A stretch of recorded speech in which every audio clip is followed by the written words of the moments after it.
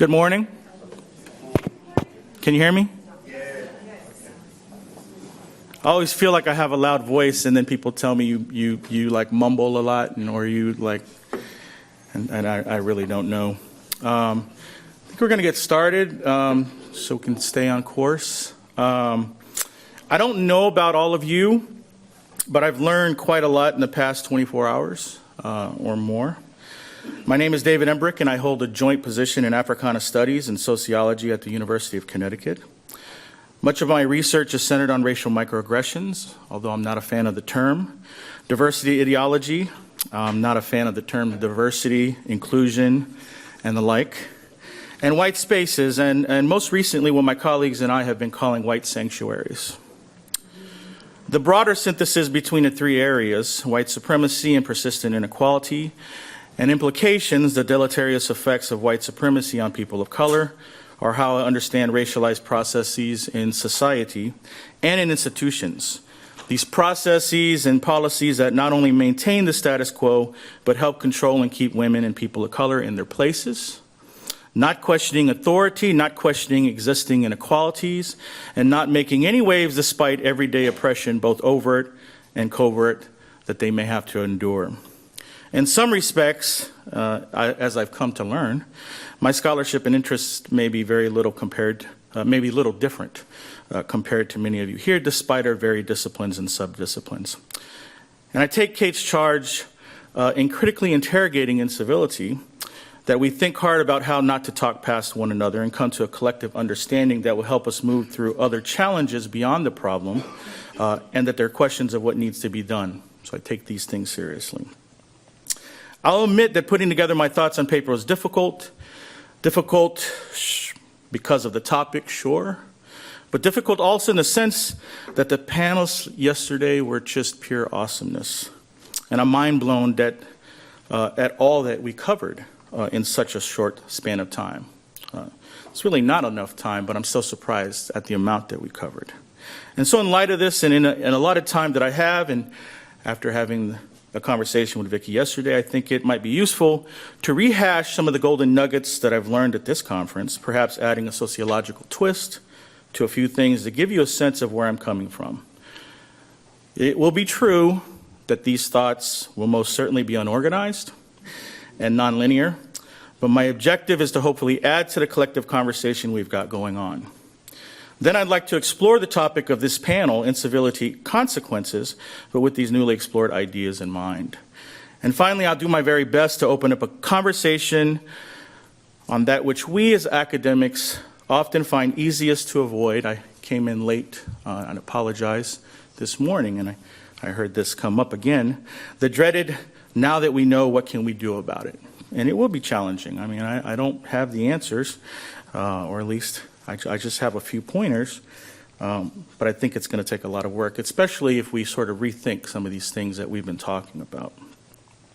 So what are these things that we've talked about so far? Well, we've talked about the fact that the terms civility and incivility are colonizer terms. They are used to define who is superior and who is inferior, who belongs and who does not. These are terms wielded by groups in power, and it is about power, to maintain the status quo, to silence folks, to put folks in their place, to render folks powerless, to instill fear, and using Du Bois' notion, to evoke the psychological wages of whiteness. As several panelists have mentioned, you can't separate out civility from incivility. Less talked about, although I heard Johnny bring it up in his talk, are other problematic terms that are dismissive or completely ignore existing inequalities, terms such as diversity, inclusion, those terms that I do not like. Highly problematic when we lackadaisically use them without consideration of power or specificity. I've studied diversity for 17 years now. It's a term we use when we do not want to emphasize racism, sexism, trans, homophobia, for example. The term's ambiguity allows for such a broad definition that often minimizes or trivializes serious issues of discrimination. Diversity is about perspective. Diversity is about left-handed people. Diversity is about bringing pets to work. I've heard all these things in describing diversity. Alternatively, diversity has become this generic marker used to otherize people without seeming to do so. For example, when we say diverse people. A lot of us are guilty of this at one time or another. I know I've been, and I study diversity. People can't be diverse, right? What's worse than diversity? Inclusion. Inclusion is a fine word, uplifting. What Joyce Bell and Doug Hartman would say is similar to diversity in that it's happy talk. Inclusion is fine if we were at an equal or level playing field, but we're not. You can't just dump inclusion on top of inequality and think that everything's going to be okay. Racism, sexism, homotransphobia, for example, are alive and well. I mention these terms in this context because they're terms used by the powers that be to obfuscate, dismiss, or trivialize existing discrimination, while at the same time letting the person or institution to wield it in a way that would suggest they are progressive champions. And so in this context, for those of us that have to deal with this day in and day out, it adds to sort of the toxicity, right? It is about incivility. We also talked a lot about how to define incivility, what it looks like, and how marginalized groups are affected by what, and I saw it several times, folks were posting Anderson and Pearson's 1997 piece in terms of the idea that this incivility is about low-intensity, deviant behavior. And a few of the panelists alluded to the fact that we should reconsider using diminutives to describe these acts of discrimination, and I agree wholeheartedly. There's nothing micro about microaggressions. And racist, sexist, homotransphobic slights may be less alarming when compared to death, but cumulative everyday discrimination will kill you the same. Similarly, there's no such thing as low-intensity deviant behavior if we understand that such incidents are not just one-time events. And more on that towards the end. We talked a lot about individuals, but it seemed to me, at least to me anyways, that we struggled, although I admit we managed to bring it up in moments here and there, we struggled in taking seriously the other half of the equation, the systems of oppression in which we're socialized and in which we live. The institutions within these systems inform us daily of not only who belongs and who does not, but also establishes a set of normative guidelines for those of us who belong or seek to belong to follow. In a white supremacist, heteropatriarchal, capitalist society, for me, all spaces are potentially toxic. Working at a historically white college or university is toxic. Driving while black or brown is toxic. Wondering if someone will call the police on you because you're black while barbecuing is toxic. The constant knowledge that your life is worth less than others and the daily fear that you could die because you're black while eating ice cream is toxic. Watching the Kavanaugh debacle or spectacle is toxic. Further, language, logic, taste, and even ideas are potentially toxic. We use racialized language when we talk every day. We talk about black movies versus movies. We don't say we're going to see a white movie. Right? As scientists, I presume that most of us do not question that we engage in white logic and white methods. If you want a good read that will have you thinking really deep thoughts, I would urge you to check out a book called Thicker Than Blood, How Racial Statistics Lie, written by Tukufu Zuberi. He's also co-written another book with Eduardo Bonilla Silva titled White Logic, White Methods. Right? I mean, the very methods that we employ, that we say, right, are so-called scientific, right, are colonized methods, colonizer methods. Virtual environments replicate the real world. And I admit, as somebody who has dabbled, in research here and there, in virtual environments, there are interesting spaces that can be carved and have been carved out in seeking some sort of utopia. But much of these environments are racialized, gendered, and so on. It's about power. Who has the power to create, right, the things that we use? So let's move on to the consequences of incivility, which many of the panelists talked about in some form or fashion, and some of us also discussed in the roundtables. It ain't good. We know it ain't good, right? Both institutions and individuals suffer. We talked about less productivity, more stress, inability to concentrate, job loss, loss of time, self-doubt, the list goes on and on and on. But let me add something to consider, and that is a deeper understanding of the deleterious effects of cumulative incivility that some of us did touch on. what Cortina has labeled daily hassles. But here I don't mean just in the workplace, I mean over the life course. To take seriously what these cumulative issues of inequality, these cumulative disparities over the life course mean. So consider being born black in the U.S. There's tons of research on the disparate health services provided to people of color. You start there. Growing up, moving further, Deborah Van Osdale and Joe Fagan in their book, The First R, How Children Learn Race and Racism, argue that children learn about who belongs and who doesn't before they even start school. Before they start school, right? Amanda Lewis, in her first book, Race in the Schoolyard, captures the racial ascription process in elementary school, right? If you haven't had a chance to read that book, I would also urge you to read that book. It is heart-wrenching. In the beginning of the book, she outlines a scenario. She is a teacher's aide in a classroom, and she is witnessing before her very eyes sort of the things that teachers deal with on an everyday basis. Kids are running rampant, the teacher's trying to control everyone, and in that moment, right, she witnesses a young black boy do something that affects all the black children in that space. And as that happens, she witnesses white students go up to teacher to ask to use the restroom and being allowed to use the restroom. And then subsequently, these other black children go and ask and be denied the restroom. Now, she doesn't talk about intentions, but what she does say is in that moment, the kids are watching the kids. Who is accepted, who's not accepted, right? Further on in the book, she talks about having the experience, her and some of the teachers, just sitting down and having a conversation with one of the black children, a black male, who basically is really excited about education and about his life, and he's talking about that he's figured it out, right? I'm paraphrasing here, but he's figured it out, that he is going to go to jail first, get that over with, before he pursues college, right? This is an elementary school, right?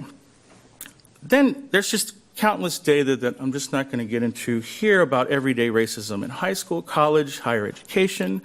It's about the time a black student has managed to become a PhD student, some of our students, they've had to deal with over 20 years of cumulative daily acts of incivility, and this is accounting only for one institution.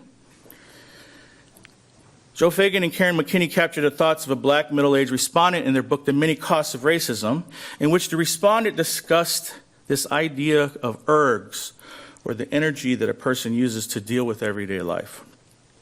And the respondent said, one way to think about what it means to be black in America is to imagine that everyone, in dealing with the daily stressors of life, ends up using half their ergs, just to deal with coping with the daily stressors of life. We all do.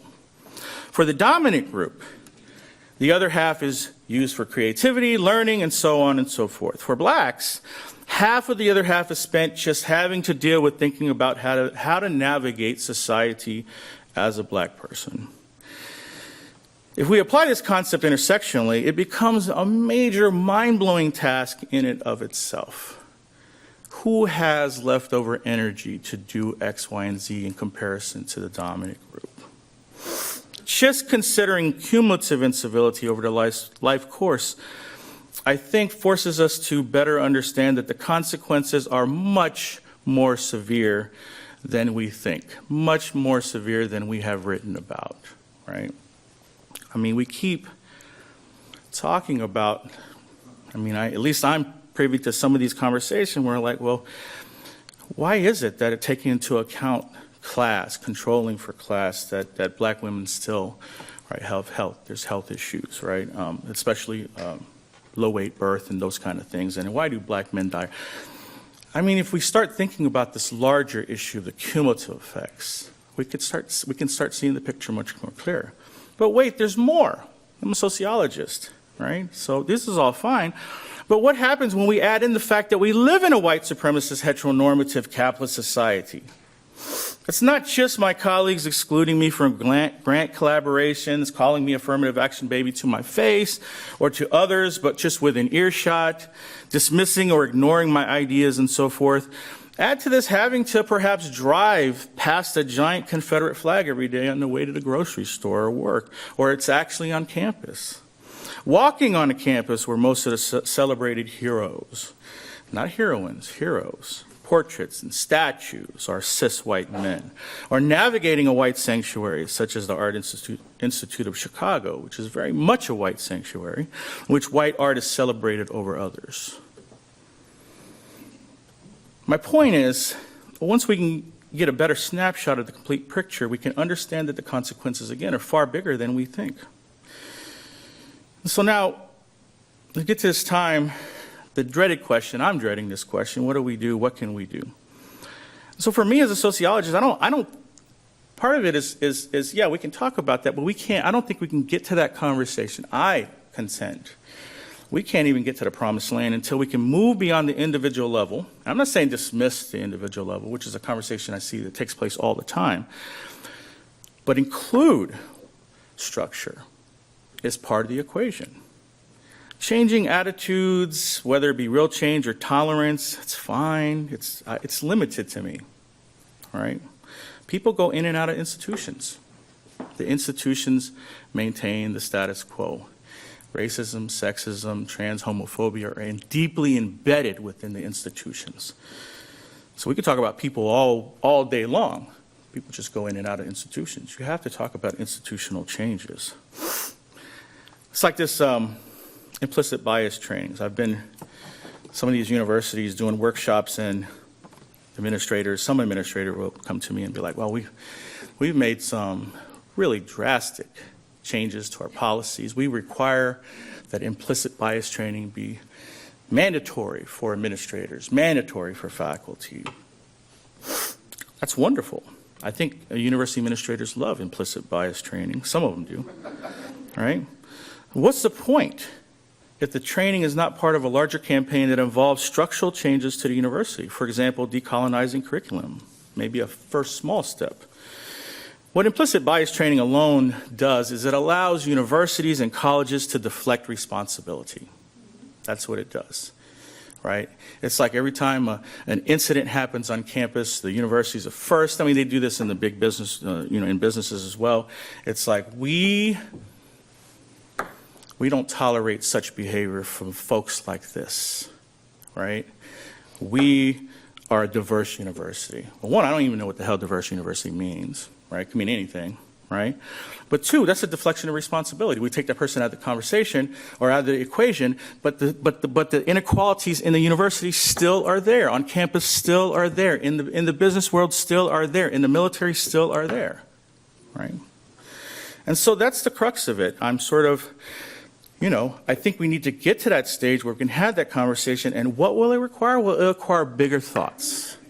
That we start to think about how to dismantle institutions.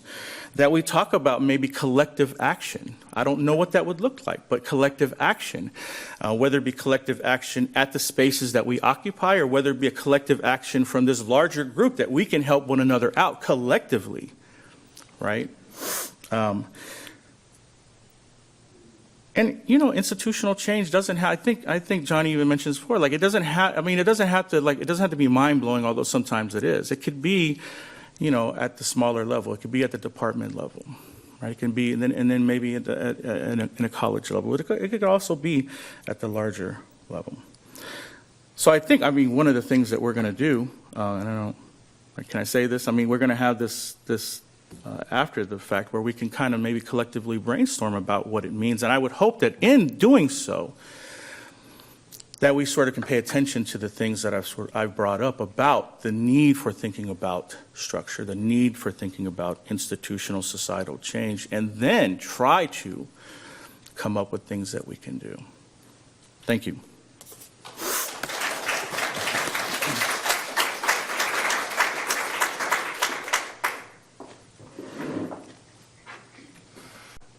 Okay. Hello. So following heart-rending kinds of things is difficult. And what I want to do in my time with you is to shift gears a little bit more in terms of taking kind of what David was talking about in terms of the structural issues that need to be addressed, thinking about sort of, we've got policy level issues that are not being addressed, as Jay was talking about in universities and institutional settings, and what can we do? I actually was not going to do this. This is not what I was thinking I was going to be up here talking about. But last night I decided to redo what I was going to do. So this is not something that I tend to talk about, but I think it actually might be kind of interesting and helpful. So instead of thinking about, actually I think I have a clicker here.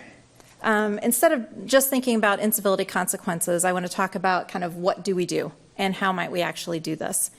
And what I want to talk about is some general ideas, but then also give you some things that I've been involved with, some activities that I've been involved with at the University of Connecticut that I think are atypical and I think are kind of unusual, and that might be actually sort of interesting to people to hear how it works.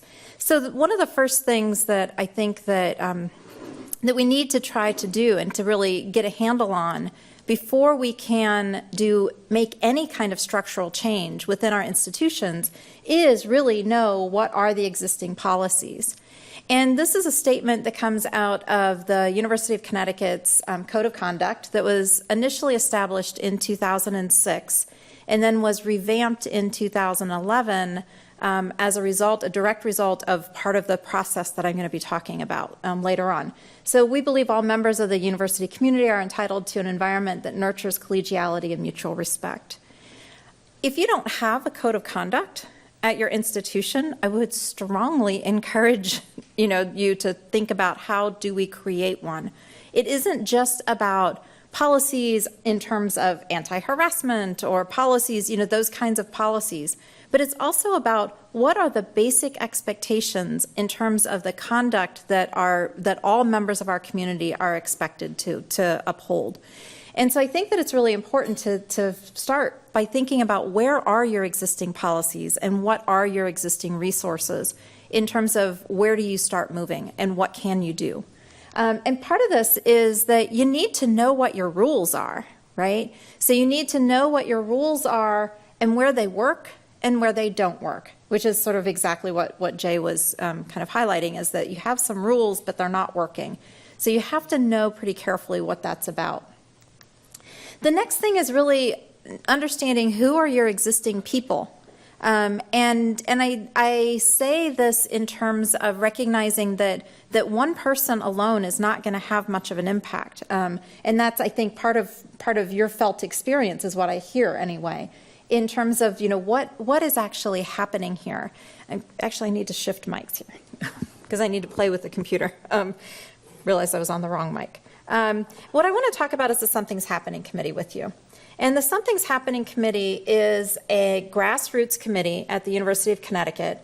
It started at the Women's Center, and it started as a result of women going and filing sexual harassment complaints and being told that these didn't rise to the level of, right? And they started going to the Women's Center saying, what the hell? What do we do? These may not rise to the level of, but it doesn't mean it didn't happen. It doesn't mean that it's not a problem. And so what can we do? And so the Women's Center connected with HR and started thinking about, okay, what can we do? And so I want to tell you more about the Something's Happening Committee. Okay. So it's just respect.uconn.edu is the URL for the, I've never had that happen when I've moved a file that it doesn't recognize the link. But anyway, I apologize. So the Something's Happening Committee is a grassroots group of women, mostly women, that represent various groups around the university. So there is a representative from every union at the university on this committee, as well as any office that has any connection to any part of a respectful policy at the university. So HR, our Office of Institutional Equity, the Provost's office, because they end up getting involved in things. So we have a representative from the Provost. So it's usually one of the assistant vice provosts, but it's at least somebody from the Provost's office. We usually have somebody from the President's office as well, from just their kind of institutional role, involvement in all of these things. But what ends up happening is that information gets shared in this group about different activities that are going on across the institution. But this group has become actually fairly well known. We've met with each and every president and each and every provost when they come on board, letting them know who we are, what we do, what we like to think is our active kind of statement and our efforts. And we ask to be involved in things like revising the Code of Conduct. So the Code of Conduct explicitly, we rewrote it. We were actively involved in the creation of our non-retaliation policy. And we actually wrote a lot of it. But because we were present in these different places, and because we had representation from all of these offices, we were really given a lot of power in being able to exact change. One of the things that we declined is that we were actually asked to be the President's Commission on Civility many years ago. And we talked and thought about it long and hard, and much to President Herbst's dislike, she was not happy. We decided we did not want to become the President's Commission on Civility because we wanted to retain our grassroots type of presence, right? She was not happy, actually. She was actively displeased with us. But we decided we wanted to retain our grassroots kind of level of work because we could then provide an autonomous type of perspective, right? And we could act in ways that we would not be able to act if we were coming out of her office. So it's been really interesting. So in addition to doing those, the policy kind of writing and revisions of policies, we've also done all kinds of informational sessions around the university. And we've also had different poster campaigns that we have kind of done around the university. Now, a poster is a poster, right? They're not super great, but it's better than doing nothing is kind of how we felt. And they're really cheap. It's like $200 to do a poster that you can slather all over campus everywhere. And they don't come down. We still have the posters hanging from each and every one of these poster campaigns in the psychology department all the time in our common room. Right? So we had a bullying poster, we had a respect and civility, spread it around. We had promoting respect and civility. We had a diversity one. We had one around sexual harassment in particular, ethical workplace, and then about support. And they're all available, as you can see. I'm kind of scrolling through the active webpage where people can print them at their own offices, and they do. And staff go in and print these things and put them up in their own office spaces as well, which has been really interesting. So we do big informational sessions. We've had these poster campaigns. We've also been the source of 2 climate surveys at the university. And the link to our 2017, and this is where they actually had asked me to join in. It's because this is my bread and butter, doing climate surveys. And so we did one in 2012 and we repeated it again in 2017. And the main thing that it's all available, the entire report is available online, which I think is really interesting in terms of, we have harassment rates in here, basically, that are publicly available. And, oh, good Lord, lots of things here. But one of the big things, I'm going to just kind of scroll through. That's just the statement from the Code of Conduct. One of the big things, this was one of my grad students who actually did this. She did such a fantastic job, like pulling this together visually. because it had to be nicely done in terms of people actually getting anything from it. And the president did support. The president gave us a 15-hour RA for a year to be able to pull this off, so she gave us money to be able to support that. The big thing that I'm trying to scroll down to is that, sorry, I just don't know quite where it starts. We developed a whole series of recommendations that we presented to the president, we presented to the provost, we presented to the deans, department heads, and directors groups at the institution, and the president delegated these recommendations out to the community. And some of these are, offer refresher trainings for supervisors and managers, doing onboarding kinds of things. There are a couple that I want to really kind of get to. Allow employees to provide feedback regarding supervisory performance, so kind of bottom-up feedback. And this is the big one. Add civility as an evaluation criteria on annual reviews. And our president is supportive. Our HR, kind of the CHRO, is supportive of this. And we're making some headway. We can also, if you're interested in looking at this report further, at the very end of it is information about I'm sorry, 2013, not 2012, but the 2013 recommendations and kind of what happened as a result of those 2013 recommendations is also documented in this report.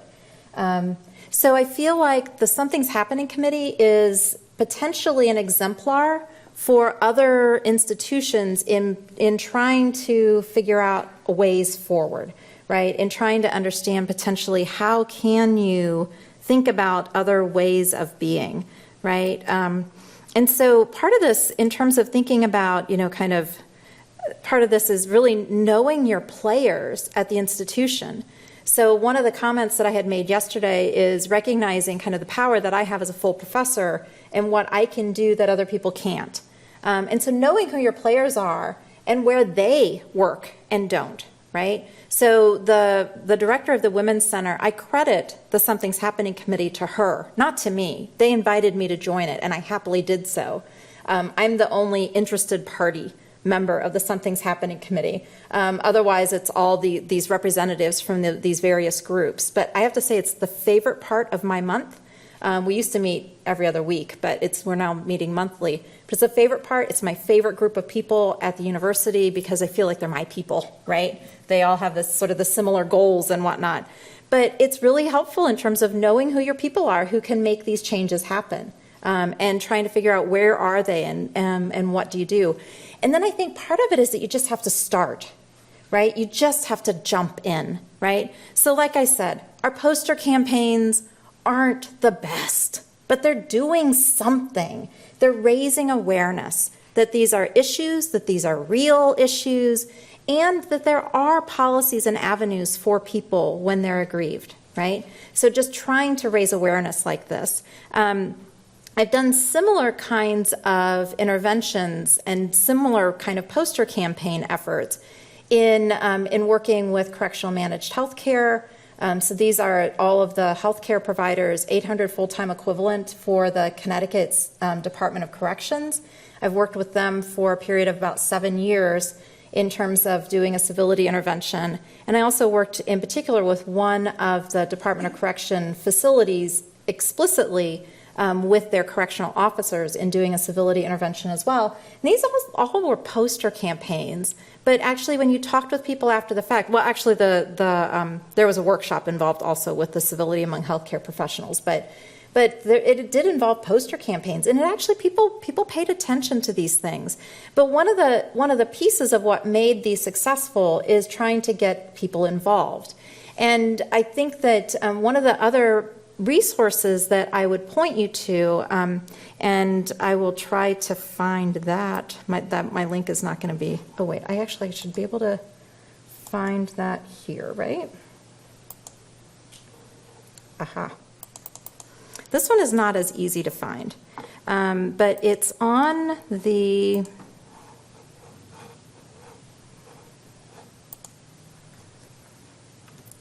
If you Google CPH new and UMass Lowell, or you can Google Healthy Workplace Participatory Program, you can get to this link. And the reason that I raised this link is I'm part of a research center of excellence through NIOSH, the National Institute on Occupational Safety and Health. And part of what we're trying to do is to create participatory programs for employee health and well-being. We primarily have been working with correctional facilities, but the main thing is that this large center grant has developed toolkits for participatory action. And it's all grounded in community-based participatory action research.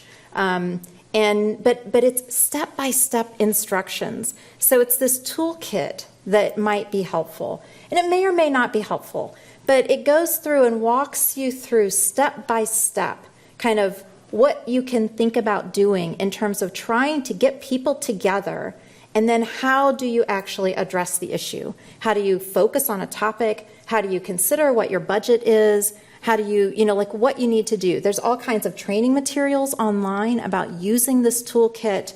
And we've worked on developing this toolkit over a period of about 10 years as part of this center grant.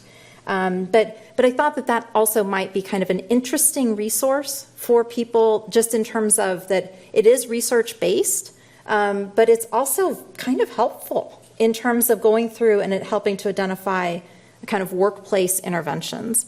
So I had wanted to just kind of highlight that as well. So in terms of thinking about that, it's just something else that you might want to consider. This is not my standard kind of presentation.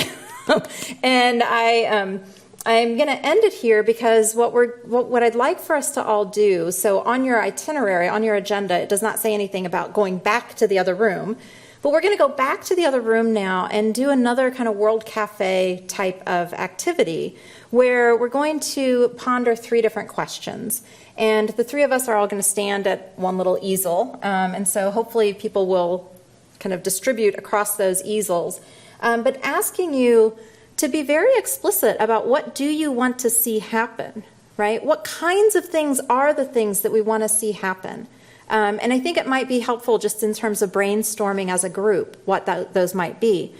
Another podium will be who and really what do you need to involve in this process. So being concrete about what those steps are and who do you need and what do you need to actually make something happen.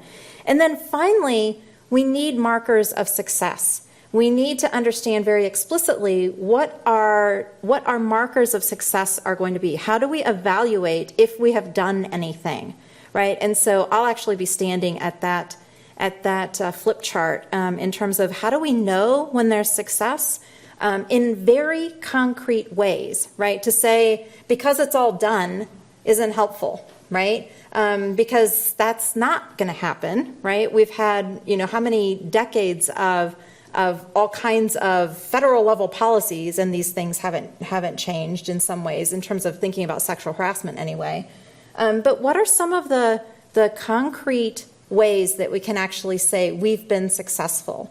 So Kate, I did want to ask you a question though, because I know we started late, and so what time were you thinking we're going to end?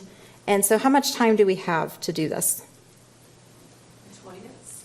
20 minutes? Okay. So are you willing to be the move on person? Okay, awesome. So if we can filter over quickly, because we don't have very much time, we started late and we ran a little longer than what we had anticipated, but I do want to try to have some time to do that. And then, people can continue going up through the course of the day and adding to those flip charts as well. So thank you very much.